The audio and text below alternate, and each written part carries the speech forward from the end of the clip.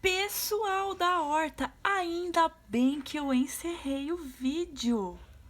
Simplesmente eu falei 4 minutos do vídeo novo e ligaram no meu telefone. Eu ia ter perdido tudo se eu não tivesse encerrado. Que sorte! Mas vamos lá, vamos continuar com a matéria. Igual existia lá na segunda página, que eu falei, né, os principais motivos de migrações, pobreza, falta de oportunidade, guerras. Cada região do planeta vai ter uma coisa que é mais forte. Então, aqui na América Latina, ó, não tá escrito terrorismo, certo?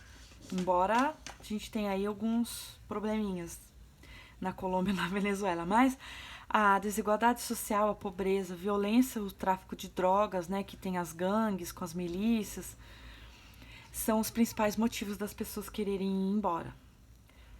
El Salvador, Honduras e Guatemala são os 3 países da América Central que hoje mais as pessoas saem. Tá aqui, ó. Guatemala, Honduras e El Salvador. Inclusive, eu conheço um professor de espanhol, o Francisco, uma pessoa queridíssima, foi meu professor. Ele é de El Salvador. El Salvador passou por uma guerra civil muito grande, bagaçou o país. E muitos El Salvadorenhos saíram do país. O professor Lucas poderá falar isso com mais detalhes para vocês. A Colômbia, pessoal, eu coloquei assim, a minhoquinha voltando. A Colômbia tem muita migração interna. País com bagunça, né? Guerrilha, milícia. Por mais de 50 anos o governo brigou com uma guerrilha chamada FARC, Forças Armadas Revolucionárias Colombianas. Em 2016, as FARC e o governo colombiano assinaram um acordo de paz e aí as coisas melhoraram um pouquinho. Mas olha aqui no mapa da página 45. A cor laranja quer dizer deslocados internos. Ó, a Colômbia. Bem pintada de laranja, né? Então a Colômbia tem muita gente andando dentro do próprio país para fugir aí da violência, da guerra, das milícias, mas não tá saindo do país, beleza? Por isso que eu fiz minhoquinha. Aqui eu fiz carinha saindo, né, ó. E aqui não. Agora vamos hablar de Brasília. O Brasil é um país que é nossa casinha, nuestra. Então, nostra é italiano, né? Nuestra é espanhol. Então vamos lá. 2017 aconteceu uma reforma na lei de imigração. E essa lei criou uma abordagem mais humanitária e o Brasil é um país relativamente aberto a estrangeiros, como eu já falei, né? E essa lei, ela abre mais as portas, principalmente para aqueles que já moram aqui. Ah, o cara é ilegal, mas já tá morando aqui. A lei dá um jeitinho de regularizar o cara, certo? Pessoal, 0,3% da nossa população só que é composta por migrantes, por pessoas imigrantes, né, por pessoas que vieram de fora. É uma proporção bem baixa, porque se a gente comparar com os Estados Unidos, 15% da população dos Estados Unidos são de pessoas de outro país. Olha o Canadá, 22%, é bastante. Nossa população só 0,3% é de estrangeiros. Inclusive meu cunhado é argentino, pessoal. 65% desses estrangeiros moram aqui na região sudeste. E de toda essa galera, desses 750 mil que vieram para cá, 33% vem com ensino superior. Nós não temos 33% da nossa população com ensino superior. Então é um pessoal, uma mão de obra qualificada, boa, né? Que vem para cá. De 2010 a 2015, aumentaram as solicitações para visto e para a migração aqui para o governo brasileiro. Principalmente o Haiti. Mais da metade desses pedidos eram de haitianos. Eu já falei para vocês lá no outro áudio, né? Porque em 2004 eles entraram em uma confusão dentro do país. O país se desorganizou, o Brasil mandou missão para lá, através da ONU, e eles gostaram muito dos brasileiros e começaram a querer vir para cá. Em 2010, ainda para ajudar, teve o tal do terremoto lá que eu falei. Então o Brasil por conta desse contato com os haitianos na missão da África, eles criaram um ideal, um sonho. Igual existe o sonho americano, né, a Have a Dream, o sonho de ir para os Estados Unidos fazer a vida, os haitianos tinham o sonho de fazer a vida aqui no Brasil. Pois eles descobriram que quase que trocar 6 por meia dúzia, né? E aí diminuiu um pouco a migração para cá, vindo que a vida aqui também não é tão bela quanto eles sonhavam. E hoje, a partir de 2016, 4 anos atrás, tem muito venezuelano vindo pro Brasil. Mas eles não vêm aqui pro estado de São Paulo, igual eu falei. Eles ficam lá na região norte mesmo, na cidade principalmente de Pacaraima e Boa Vista, porque eles querem ficar perto da fronteira para poder visitar seus familiares. Em 2014 foi criado um bichinho esquisito na nossa legislação, que é o visto humanitário. Muitos estudiosos, tal, eles criticam porque eles falam, você fica criando visto humanitário para pessoas que estão passando por situação de risco, né, vulnerabilidade, e aí essas pessoas não vão entrar aqui no rankingzinho de tipos de imigrantes. Cadê? Aqui. Não vão entrar como refugiado, né? Ou como requerente de asilo. Vão ficar entrando nessa outra estatística que vai esconder um pouco os números. Então é isso. O Brasil tem 750 mil. Olha só que diferença a conta. O Brasil tem 750 mil, mais ou menos, de estrangeiros dentro do país. É pouco.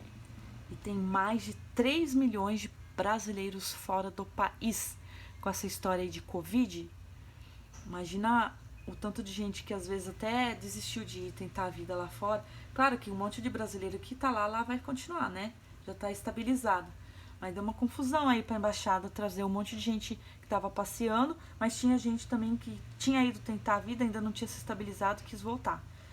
Então, ó, mais de 3 milhões de pessoas moram fora do Brasil e são brasileiros. Eles moram principalmente na Europa, nos Estados Unidos, onde está a maioria, principalmente ali em Fort Lauderdale, perto de Miami, tem até aquela churrascaria fogo de chão lá. Lá vende guaraná, leite condensado, um monte de coisa brasileira lá.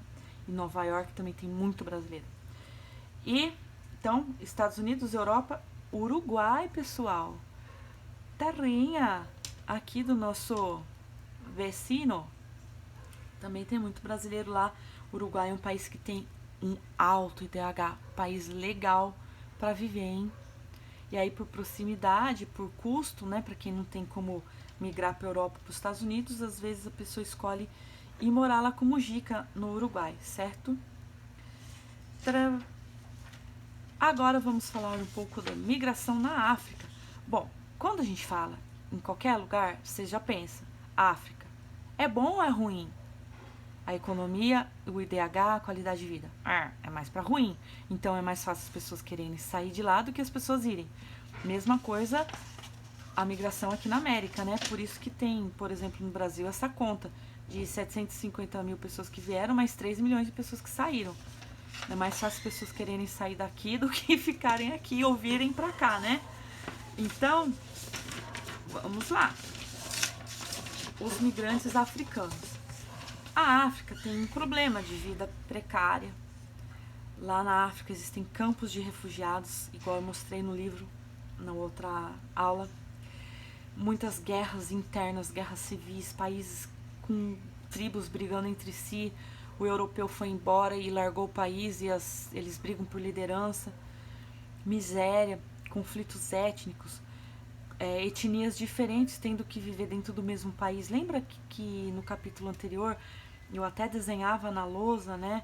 Assim, aqui era uma tribo, aqui outra tribo. E tudo bem, elas viviam sem brigar. Só que aí veio o europeu e fez um país aqui. Então, 3 tribos, 3 etnias diferentes agora são a mesma coisa, vivem dentro do mesmo país. Elas vão brigar, né? Então, foi técnica. Uma das técnicas de domínio no continente, né, na época do imperialismo. Deixa eu apagar aqui que depois eu quero mandar a matéria bem bonitinha. Então, devido à situação crítica da África, as pessoas tendem a sair de lá. Só que não é todo mundo que sai, o pessoal lá é pobre e tal, então eles ficam muitas vezes andando dentro do próprio país. Então, a África tem fluxos mais contínuos. Não é assim, ai, deu uma onda de imigração e parou. Não, é o tempo inteiro, é contínuo. A maior parte lá dos... Lembra que os tipos de imigração? A maior parte são principal, de migrações internas. Eles ficam dentro do continente imigrando e dentro dos países. E aí tem um tanto de gente que é refugiada e gente que migrou porque quis. Quando eles saem do continente europeu, dos seus países, eles vão principalmente para Europa e Estados Unidos. Beleza? O mundo inteiro quer ir para Europa e Estados Unidos, né?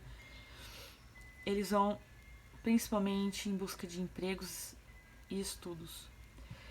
Eu vou tentar lembrar o nome de um filme maravilhoso que mostra um cara que saiu dos Estados Unidos, saiu da África e foi para os Estados Unidos, onde ele morava não tinha absolutamente nada. E ele fez eles não tinham nem água. E ele tinha que andar não sei quanto para pegar água, ainda uma água tudo cheia de barro, suja. E aí ele fez um moinho pra na hora que o moinho girasse, ter irrigação, tal lá. E ele revolucionou a vila e a vila ficou mais próspera, eles tiveram mais alimentos. E ele que inventou com a inteligência dele, ele foi tão sagaz e astuto que ele ganhou uma bolsa de estudos nos Estados Unidos e ele é um cientista super renomado, sabe? E o cara vivia lá na pobreza. É uma história muito bonita. Eu vou tentar lembrar o nome desse filme. Quem lembrar, escreve pra mim lá no mural. Pessoal, então, a questão da urbanização na África é um pouco interessante e diferente da maioria dos outros países. Por quê? As cidades, elas têm ligação com as indústrias. E a indústria não é forte na África. E eles vivem na cidade, mas eles continuam tendo uma ligação com o campo. Vínculos com o campo. Então vamos lá. A maioria das cidades surgiram no período colonial ou pós-colonial, certo? A África tinha cidades antes? Tinha, mas eram poucas. Olha só aqui, ó. Eles não têm... Claro que aqui não são todas as cidades do país, mas aparecem as principais. Olha aqui no deserto do Saara. Quase não tem, né? Aqui na região da floresta equatorial que tem aqui na África também não tem. Aqui é muito pobre. Tem país que mal eles conseguiram formar cidades e estradas. Você pega a Namíbia, sabe? É difícil. Então, a maioria das cidades surgiram depois da colonização. O continente, se você pegar aquela foto dos países do mundo à noite, com as luzes acesas, o continente que menos tem luzes acesas é a África, né? Ó, vamos passar aqui, ó, de perto, porque de longe não dá pra perceber. Tá vendo, ó? Nós temos várias cidades aqui, ó. Interiorzão, um monte de cidade no litoral, ó, São Paulo. Tá vendo? Argentina e tal. Então, América do Sul. Olha a América do Norte, as cidades, como são bem distribuídas. Eles preferem formar mais cidades do que cidades grandes. Apesar que eles têm lá as megalópolis, né? Boswash e tal. Região da Califórnia ali também tem cidades grandes, tal. Miami também do outro lado. Olha a Europa. Quantas cidades. Certo? A Ásia também. Se você pegar a Índia, a China, o Japão. Olha o Japão. É praticamente uma cidade só, o país inteiro. A Oceania. Então, o continente mais fraquinho, vamos dizer assim, de cidades é a África. O vermelho representa a labareda dos poços de petróleo e de gás natural. Então, o que é vermelho não é cidade, tá, pessoal? O que é rosa clara aqui, ó, são queimadas. Ai, credo. Hoje, se a gente for atualizar, infelizmente tem que pintar de rosa a Austrália e pintar de rosa a nossa Amazônia. Tudo em chamas, né? Mas vamos lá. Então, olha que poucas cidades aparecem. Aqui na região do Nilo tem bastante, né? Ó, do Rio Nilo. Aqui na Tunísia, ó, Tunis. Mas o continente africano é o que tem a menor urbanização. O que é isso? A menor quantidade de cidades. Mas ele apresenta o maior processo de urbanização. Ele é o continente que menos tem cidades, mas é o continente onde as cidades mais crescem, ó, 3,5%. Na China também tem bastante cidade crescendo, tal, mas eles já diminuíram um pouco o processo, porque bastante gente já saiu do campo. Então, assim, em nenhum lugar do mundo as cidades crescem 3,5%, é bastante para índice de crescimento de cidades. Então, as cidades da África é engraçado, mas as indústrias não têm um papel principal, elas têm um papel secundário, diferente de outras cidades aí. Está havendo um aumento, né, da produtividade agrícola, porque quando as pessoas foram para as cidades, elas aprenderam novas técnicas de cultivo e aprimoraram a agricultura. As cidades na África, elas nasceram principalmente por influência dos governos. Não é cidade que nasceu porque a indústria estava lá forte, atraiu o trabalhador, tal. Não. Ela surgiu principalmente por conta dos estados, do setor público. O estado, o governo que cuida da saúde e da educação. E a maior parte, né, dos empregos bons são dos funcionários do estado.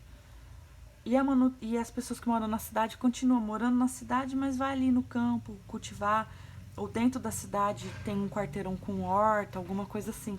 Elas continuaram com vínculos com o campo. Aí o livro de vocês traz, eu também de falar livro, a apostila de vocês fala um pouquinho do Sudão do Sul. O Sudão do Sul, deixa eu pegar o mapa da África para vocês terem uma ideia melhor, porque o livro traz só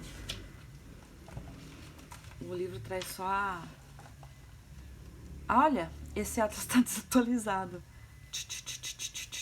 Mas é mais ou menos isso, tá? Então, tá, é menos, é aqui, ó. É mais pra baixo. É que meu atlas é antigo. Deixa eu ver de quando que ele é. Ele é de 2009. 2 anos depois de quando esse livrinho foi feito, em 2011, o Sudão se separou.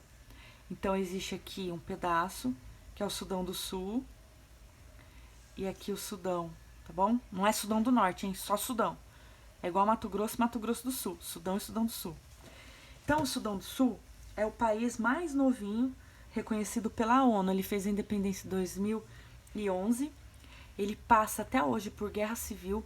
Pessoal, eu tava lendo. Eles têm no país inteiro, para a população de 12 milhões de pessoas, 8 respiradores para Covid. 8. Se os funcionários, o presidente, os funcionários do alto escalão do governo pegarem Covid, só 8 podem usar respirador. Pessoal, eles são muito pobres. E eles estão em guerra civil, brigando lá dentro entre eles. Então, eles têm 3 milhões e 300 mil refugiados. É muita gente. Principalmente crianças, quase que eu arrebentei o fio. Crianças e mulheres que saem e fogem da zona rural. E aí o livro traz para vocês e pede para vocês escreverem um parágrafo explicando, né, o que vocês conseguem ver no mapa. Eu vou passar isso de tarefa, tá? Ai, Sudãozinho, vamos lá, vamos parar com guerra, vamos estruturar esse país para a população não sofrer, né? Porque no meio dessas histórias todas aí que eu conto, o professor Lucas conta, quem paga o pato, quem sofre é a população, é o cidadão comum, né? Quando o governo não vai bem, mais do que o governante, quem sofre é a população. Então vamos lá. Agora, para acabar, já estamos chegando na reta final. Consequências da migração americana e africana. A África toda, todo o continente africano, mais a América Latina e o Caribe, enviam para o mundo muitos fluxos migratórios. E aqui eu analiso separado cada um. A África, a América Latina e o Caribe, e depois o pessoal riquinho ali, né? Canadá e Estados Unidos. E daí a nossa matéria acaba, tá bom? Então, Ai, achei que fosse ter um troço. Então, como eu falei, a África, ela em 2017, 3 anos atrás, saiu, né, do continente, saíram do continente 36 milhões de pessoas. Olha aqui na América Latina, saiu um pouquinho mais. 37 milhões de pessoas.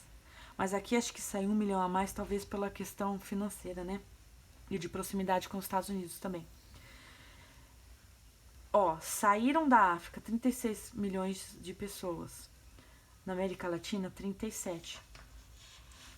Dos Estados Unidos, 4 milhões. Não Estados Unidos, né? Estados Unidos e Canadá. Dos Estados Unidos e Canadá, saíram 4 milhões.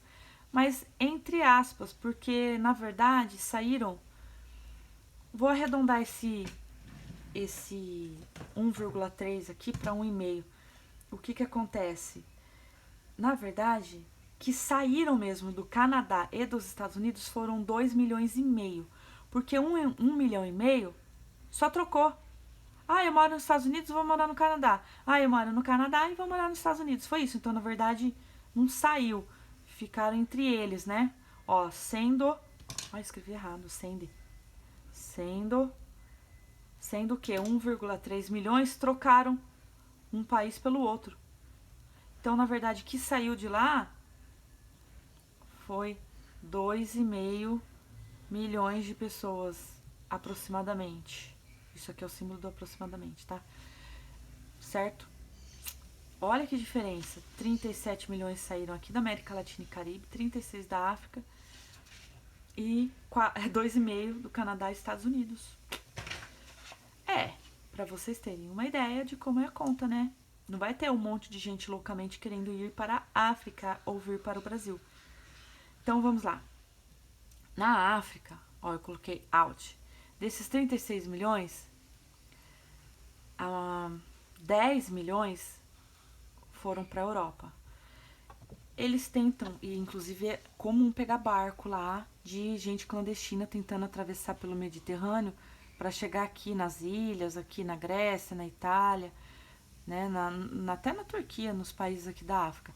E uma galerinha tentando atravessar aqui no Estreito. Mas é que aqui no Estreito de Gibraltar colocaram muita polícia e barco olhando, então fica mais difícil. Mas mesmo assim, eles tentam atravessar, ó, a barco aqui, ó. Certo?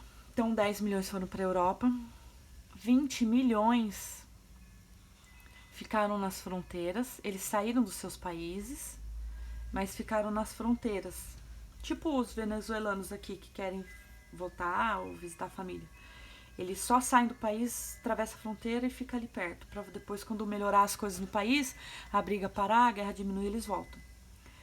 Porque, na verdade, eles estão fugindo de guerra, não de situação econômica. Ou não tem dinheiro para pagar o cara lá, o atravessador que vai levar eles no barquinho clandestino, tentar levar para Europa, né? Então, 4 milhões foram para a Ásia, 2 milhões para Estados Unidos e Canadá. Não é muito não, né? É porque tem um oceano aí entre eles, é mais difícil. 500 mil só, tipo, menos do que a população de Bauru, do continente inteiro da África, foram lá para a Oceania, Austrália, para as ilhas ali, Nova Zelândia, certo? 60 mil vieram para cá. América Latina e Caribe. Também não é fácil para eles virem para cá, né? Tem um oceano entre nós. E 3 milhões de pessoas foram morar na África. Eu tenho um exemplo pessoal. O primo do meu pai, o Júnior, ele trabalha... é tipo na Danone. E aí, como exporta para lá, ele foi morar lá. É isso. Muitos que vão para lá para construir o país. São engenheiros, pessoal que é contratado, né? Ou para cuidar de alguma empresa que exporta para lá, igual no caso do Júnior. É isso. 3 milhões de pessoas foram morar na África e 36 milhões saíram da África. América Latina, 37 milhões saíram. A maioria, olha só, 26 milhões, é muita gente, é quase todo mundo. Que saiu daqui foi para ir morar nos Estados Unidos e Canadá. Depois, 6 milhões saíram, por exemplo, saiu, sei lá, de El Salvador e foi para Guatemala, entendeu? Saiu do seu país, mas ficou na região. Mas o que... Ai, olha que confusão, tá tudo tão organizado. E também 500 mil foram para a Ásia, África e Oceania. Menos ainda, né? Porque aqui, ó, é 500 mil só na Oceania. Aqui, 500 mil na Oceania, na África e na Ásia. Meu primo, ó, tá aqui, ó, nessa conta da América Latina. Ele saiu daqui, ele tá nesses 500 mil aqui, ó. Que ele saiu daqui e entrou aqui, nos 3 milhões de pessoas que foram morar na África, né? Ele saiu. E 10 milhões de pessoas chegaram de outros continentes ou da América do Norte para morar aqui. Nós atraímos mais pessoas do que a África, né? Embora mais pessoas tenham saído daqui, 1 milhão a mais do que a África, para lá foram só 3 milhões, para cá vieram 10 milhões. Rapaz, agora vocês vão ver Estados Unidos e Canadá. 55 milhões de pessoas foram morar lá. Tá vendo? Aqui tá invertido, ó. Nessas duas folhas eu mostro primeiro quem saiu. Aqui eu tô mostrando quem foi, hein?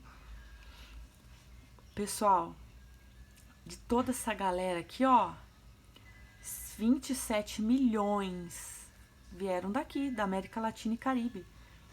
A conta meio que bate, né, ó. 26 milhões foram para Canadá e Estados Unidos, ó. Mais ou menos, né? Então, 27 milhões saíram daqui e foram morar lá.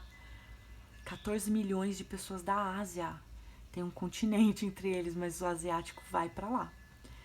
2 milhões e meio foram para África. Foram para África, que louca. Vieram da África.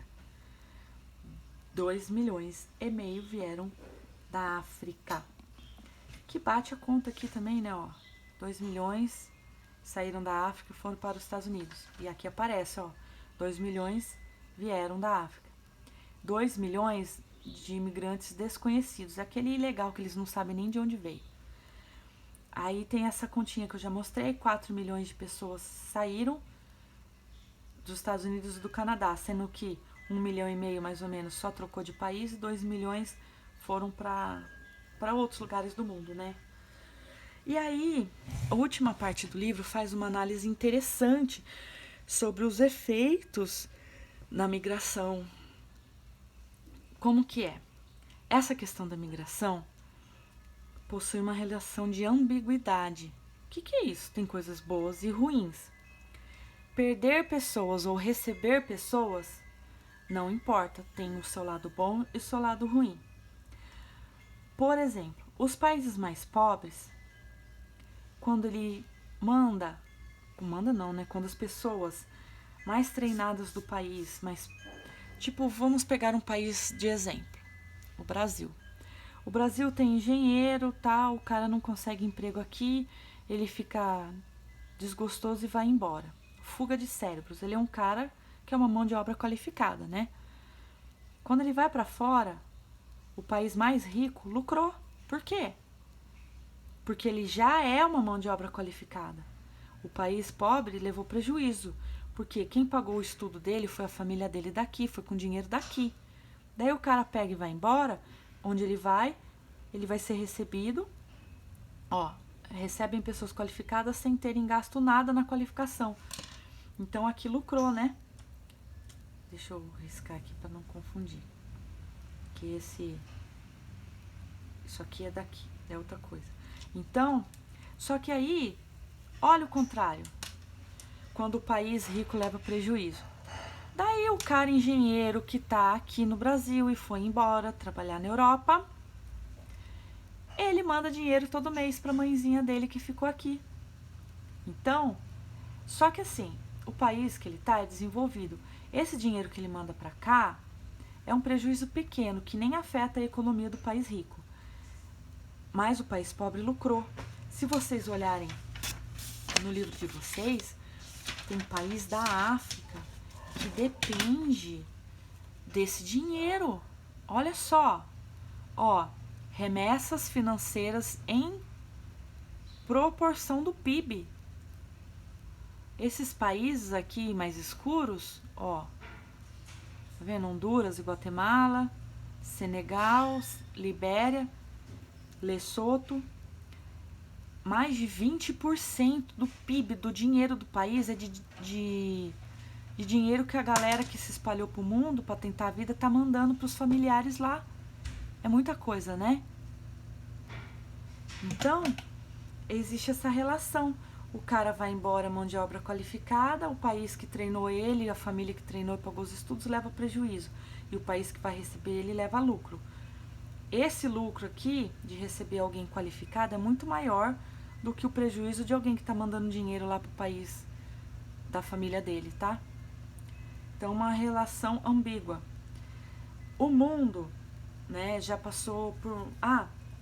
só para antes de eu mudar de assunto, 574 bilhões de dólares foram mandados para os países mais subdesenvolvidos, pobres. Tem países africanos que dependem desse dinheiro. Então, só entendendo aqui. E na ambiguidade. Antigamente, existia muita xenofobia e preconceito contra estrangeiro. Aquele pensamento assim, esses estrangeiros vieram morar aqui, vão ocupar cargo, serviço aqui do meu país. Vão embora, sai daqui, volta lá pro seu país. Antes existia, ainda existe, hein? Mas melhorou. Muita xenofobia, racismo e preconceito contra o estrangeiro. Só que, mais, assim, esse estrangeiro, eles trazem muitas coisas boas. Eles resolvem o problema do déficit de cargos que o país tem. Você pega o Japão, tem muita gente que não quer, mas o japonês é mão de obra qualificadíssima. O cara não vai querer ficar na fábrica apertando parafuso. Então eles ocupam cargos de nativos que eles não querem mais. Cargos que recebem menos. Aí vem um problema, né? O cara é maior qualificado, às vezes ele vai para lá ser garçom. Ele ocupa uma vaga e ganha menos do que ele ganharia no seu país de origem. O problema é conseguir se encaixar aqui no país de origem dele, né? Os migrantes também ajudam a diminuir o envelhecimento populacional. Você pega uma África que tem muito idoso, porque não é minha avó com 80 anos de idade que vai fazer uma migração. Vou tentar vir do outro país. Quem faz isso é jovem. Eu mesmo já tô velhinha, ainda tem gente da minha idade que vai, mas o pessoal que vai é mais novo. Tipo 20 anos, 30 anos, é o pessoal que vai. Então, acontece uma renovação, né? Uma melhora na pirâmide etária do país, ajuda a diminuir o envelhecimento populacional, porque ter muito velho no país não é questão de preconceito, pessoal, mas isso gera um problema, e o Brasil teve que discutir a reforma da Previdência por causa disso. A gente estava tendo uma porcentagem, ainda tem, né, de idosos maiores, daí você tem, então as pessoas estão vivendo cada vez mais, aí a pessoa aposenta com 60 anos, 60 nada, com 50 anos e vai viver até os 90. Ela viveu até os 20 anos, 18 anos sem trabalhar. Então, aí dos 18 aos 50, ela recolheu as coisas da Previdência. Depois dos 50 ou 90, ela não recolhe mais, ela só recebe aposentadoria. Então, são 40 anos, né? 50, 60, 70, 80, isso. 40 anos aposentados e mais os 18 anos, vamos arredondar para 20. Que ela era criança, né? Também não recolheu. Então, 40, 50 e 60. Ela não viveu 90 anos? A Previdência, para muitas pessoas, ela fica 60 anos sem colaborar e 50 anos pagando. Não, gente, eu extrapolei. 50 não, 40. 50, 60, 70, 80. Então, 60, 70, 80, 90. Não, falei tudo errado, Então, a pessoa fica 60 anos, que são os 40 de aposentadoria e os 20 antes de começar a trabalhar, sem recolher. E ela recolhe por 30 anos só. Tá dando prejuízo. Então, o governo de todos os países do mundo inteiro, independente de questão partidária, quando começa a acontecer um envelhecimento populacional, as pessoas viverem mais, e as pessoas terem menos filho, é preciso fazer uma reforma ou nas leis trabalhistas ou na previdência, precisa mexer na conta do país, né? Então, quando os migrantes jovens vão, eles dão uma equilibrada aí na mão de obra do país, na população economicamente ativa, recolhendo imposto. Eles desenvolvem o país muito mais do que eles dão prejuízo, porque o cara que sai do seu país, que correu o risco de morrer, que largou a família para trás, que largou a criança para trás, ele quer fazer dar certo a vida dele no outro país, né? Então, acontece de ter gente que não consegue se encaixar, fica lá na pracinha cometendo crime.